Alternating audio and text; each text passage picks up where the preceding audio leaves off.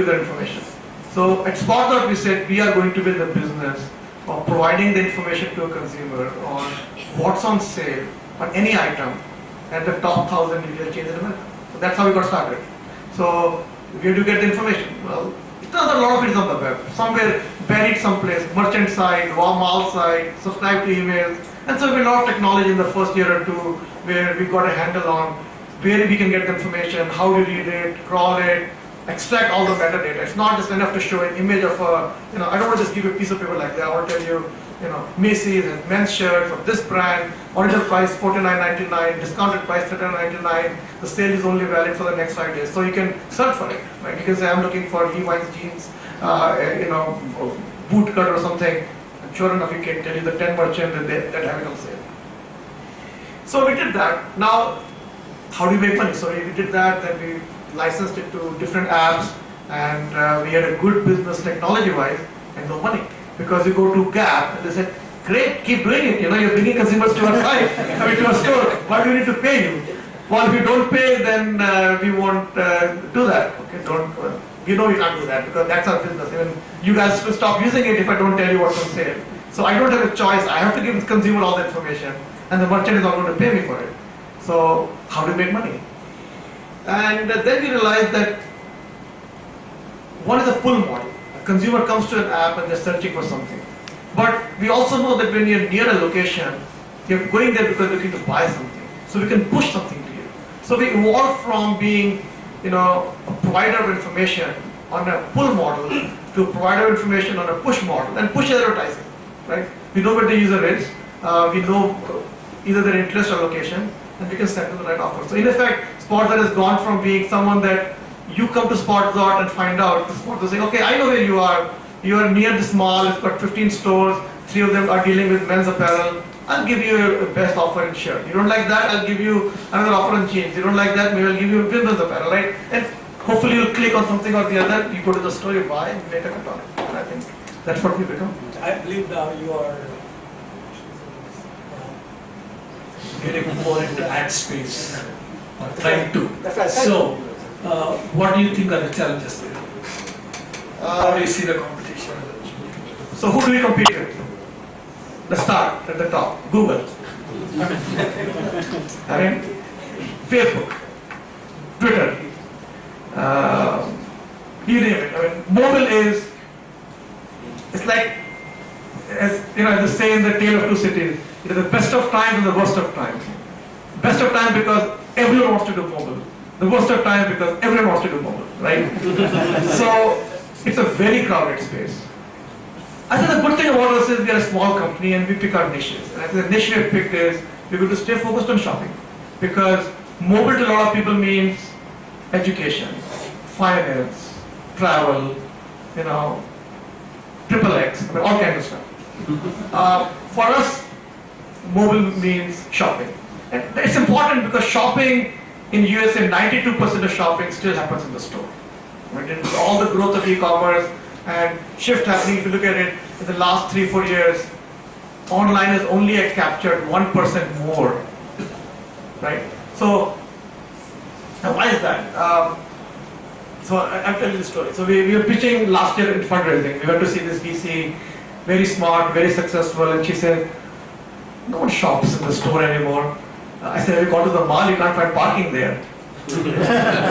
Right? So Silicon Valley people have a very, very off-the-scale view of things. Just because they don't shop, the rest of the country must be behaving that way. Just because they're using Uber doesn't mean everyone gets their taxi through Uber app, right? The fact is, for the rest of the country, in-store shopping has a lot of meaning. It's raining out there. You're in 15 inches of snow on the ground in Michigan. Where are you going to go? You go to the mall because you can walk around there, you can buy things, you can go to a movie, you can eat. So malls are shopping, social, cultural, all kinds of value. And so in-store shopping is not going away. You want to buy things, you want to touch and feel. E-commerce is happening, more and more things are being bought online, but in-store shopping still accounts for a big chunk. So from our point of view, if people are out there shopping, where they're getting the information on the phone. And so if you can reach the consumer closer to the point they're making a decision, then I think we are successful. And so that's the kind of niche I think we're trying to carve for ourselves. And Time will tell. Maybe I'll come into a postscript to my story where we were so successful that we bought Google, or we are a footnote. Sanjay, you have an entrepreneur's mind, and there are 3 questions which I thought if you answer, it would help the audience here to appreciate. You are a very strong technical person. The question I have is, how much does the technology play in driving the marketplace? Is it something independent of that, or you can actually be a very strong technical person and drive the marketplace into lapping up something? First question. I'll give my perspective. I don't know what the right answer is. I think being a strong technologist, I also know the risk involved in building technology and how much effort it takes. So, in fact, I think, Prabhu and I were talking about it. Early years of Spotzor, we really didn't have that much technology. We had good crawling technology, but it didn't need too much more than that. We had a strong manual content team, and I was the CTO, and Prabhu was saying, well, when I joined, I wasn't sure whether we were still engaged. I said, yeah, I was not as engaged because we didn't need to build as much technology.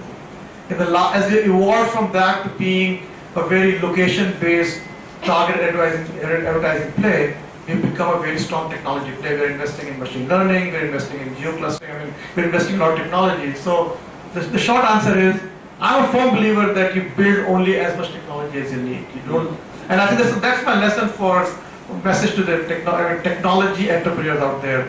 It's very easy to get into this mindset that I want to build the most complex X, whatever X is. Don't do that. Most powerful. I mean, if you want to do that, go work in a research lab, or maybe your dad has made so much money that you can be a individual researcher. If you're doing business or technology, only build the technology that is needed. I think the second message is, some problems need technology, like configuration needed technology. I mean, if you're a mathematician or a computer scientist, you know it's a very high combinatoric problem. The spaces in which you're searching could literally be 10 to the power of 8, 10 to the power of 10, and the number of valid configurations could be no more than 10 to the power of 3 or 4. So, it's a very large space with very few solutions, and you're going to do that in real time. You better have very powerful technology. But if you're doing, bill payment, with the technology, put up a screen, you can count, you can collect the money from one, you can move to the other. Yeah, you have to make sure it's all debugged and everything, but it is not a technology thing. It is doing it reliably, efficiently, and so on. So you have to know which problem you're trying to solve and how much technology it needs, and you better build that much, maybe a little bit more, but not a whole lot more.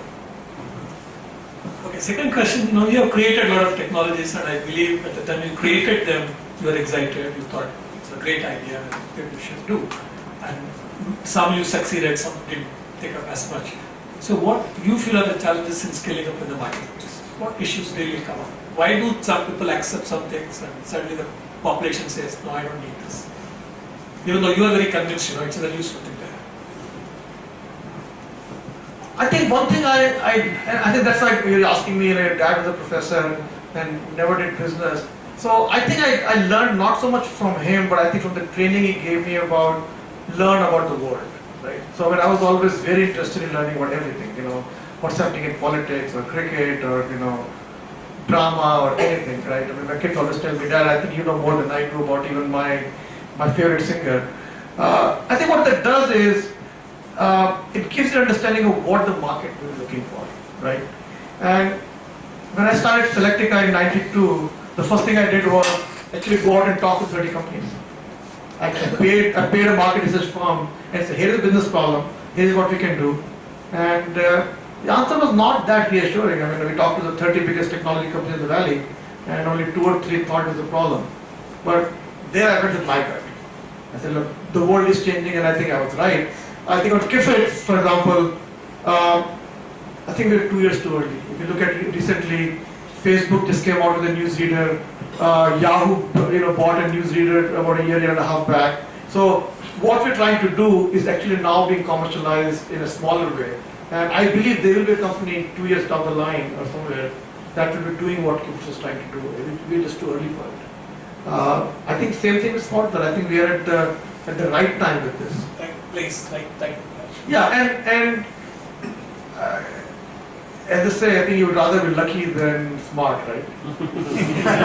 So the smartness is being at the right time so you can get lucky.